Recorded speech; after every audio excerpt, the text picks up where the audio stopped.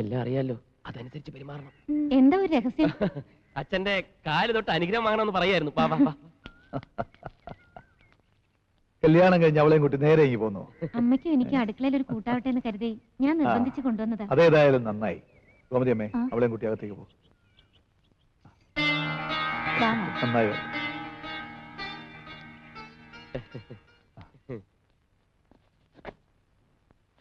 ആഹാ, മോള് മാറ്. ഇനി അടുക്കള കാര്യങ്ങളൊക്കെ ഇവള് നോക്കിക്കോളൂ. വന്ന് കയറിയതല്ലേ ഉള്ളൂ, എല്ലാം ഒന്ന് ശീലാവട്ടെ. ഞാൻ ചെയ്തോളാം ചേച്ചി. വേഗം ആയിക്കോട്ടെ. ഉണ്ണിക്ക് എവിടെയാ പോണെന്ന് പറഞ്ഞ കേട്ടു. എവിടെ? അവന്റെ കാര്യല്ലേ, ഒരു പോക്കും വരവും. എന്താ മോനെ? അമ്മ, ആ പെണ്ണെങ്ങനുണ്ട്? പെണ്ണോ? ഡ്രൈവറുടെ ഭാര്യ. അടുക്കളപ്പണിയൊക്കെ അറിയാൻ തോന്നുന്നു. പിന്നെ കുറച്ച് വൃത്തിയും പനിയൊക്കെ ഉള്ള കൂട്ടത്തിലാ. നല്ല ഉറക്കം. അതെ, എല്ലാവരും ഉറങ്ങിക്കഴിഞ്ഞെന്നാ തോന്നുന്നു. നീ പോയിക്കോ.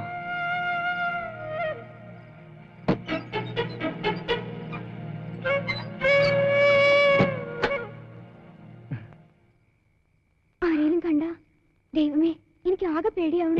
എനിക്ക് കല്യാണത്തിന് മുമ്പായിരുന്നു പേടി. കല്യാണം കഴിഞ്ഞപ്പോ പേടി ഒന്നും കൂടി.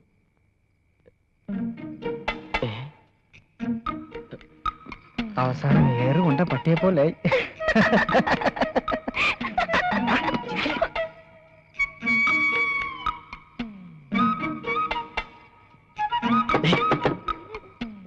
ഞാനാ ബാലകൃഷ്ണൻ. എളുപ്പം തുറക്കണം. എന്താ?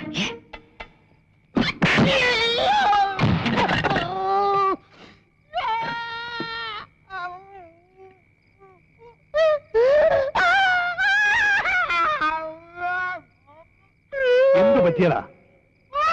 മോങ്ങാതെ പറ. എങ്ങനെ പോയി? എന്ത് തോറ്റു?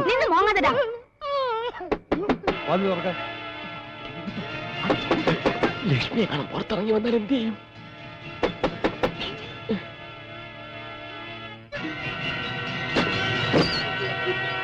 എന്താ ബാലകൃഷ്ണൻ? ആരോ ഒരുത്തൻ ജനാലയിൽ വന്ന് എത്തി നോക്കി. ഞാൻ ജനാല ശക്തിയായി തുറന്നു. അയാൾ താഴെ വീണു. അയ്യോ, ഇതെന്ത് പറ്റി? മൂക്കിന് രക്തം വരുന്നുണ്ടല്ലോ. ആ, അപ്പൊ താനായിരുന്നു ജനാലയ്ക്കല്.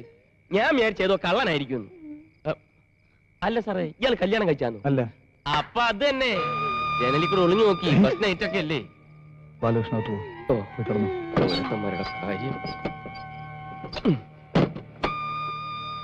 ഇനി കുറച്ച് ദിവസത്തേക്ക് ഉണ്ണികൃഷ്ണ അവിടെ. ഇനി കുറച്ച് ദിവസത്തേക്ക് അവന്റെ ശല്യമേ കാണത്തില്ല.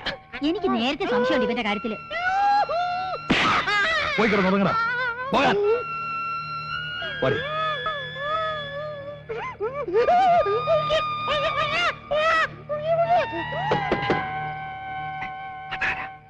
ആരായിരിക്കും?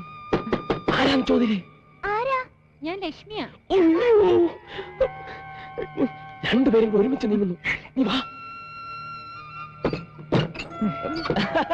ലക്ഷ്മി എന്താ ഇവിടെ? ബാലേട്ടൻ എന്താ ഇവിടെ?